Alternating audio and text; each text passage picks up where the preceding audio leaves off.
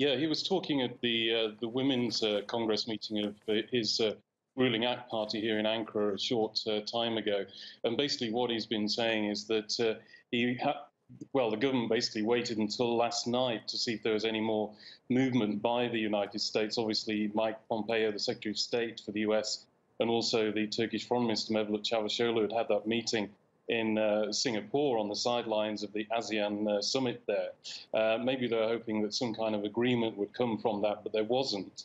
They did seem to be fairly optimistic that they could still make progress. They're still going to talk and still try and find ways of working through these problems, but obviously it's no agreement. So the Turkish president decided that he now needs to make those retaliatory measures, and he's now going to put sanctions on the US Justice Secretary, and also he mentioned the Interior Secretary, but it looks like he's referring to what is effectively the Homeland Security Secretary in the United States, who oversees the same kind of jobs that the Interior Minister does here in Turkey.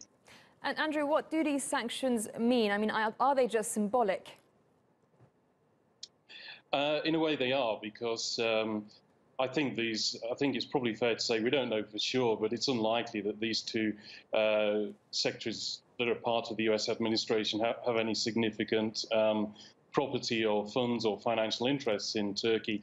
And that goes the same for the two Turkish ministers. They said after the sanctions were announced that they have no interest in the United States as well. So for all these specific people involved, there's going to be not much effect at all on them, I believe. But this is just a reciprocal move by the Turkish government. It was indicated they were going to do that by some of the Turkish ministers. They were likely to just respond in kind to what the US government had done. But by doing this, I think they're showing that the Turkish government is serious, but also it doesn't really want to sort of escalate the situation. It's done exactly the same as what the US administration has done, but it hasn't taken things further. So I think it's probably looking at this, trying to keep things on an even keel to a certain extent, and see where the negotiations go in the next few days or so.